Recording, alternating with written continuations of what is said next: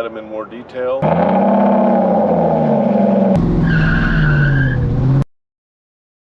I got 200,000, I got 100.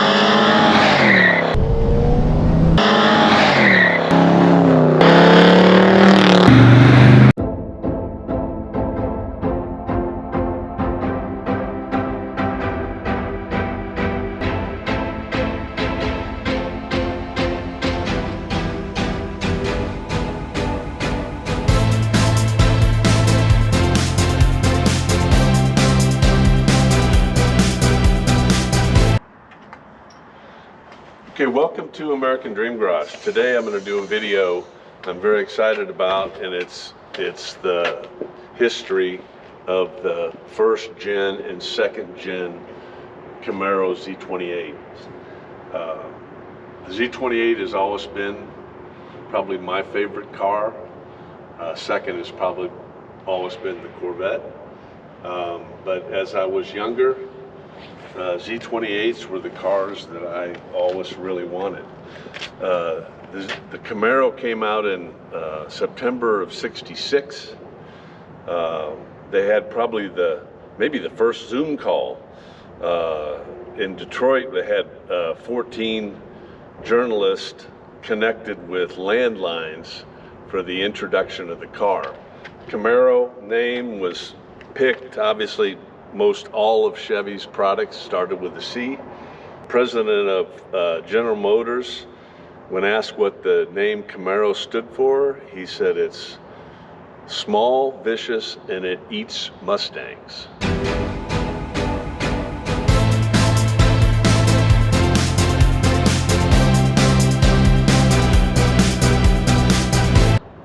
So,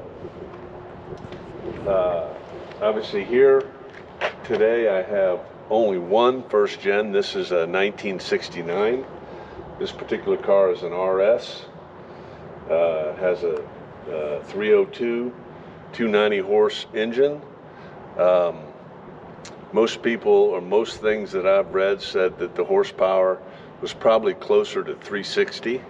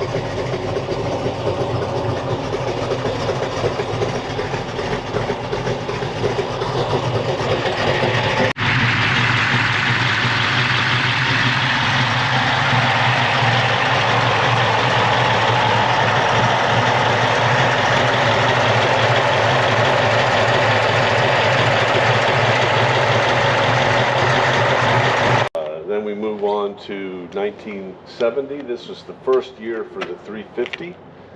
This particular car is a solid lifter engine with 360 horse and 380 foot-pounds of torque. Probably one of the more powerful of the Z28s.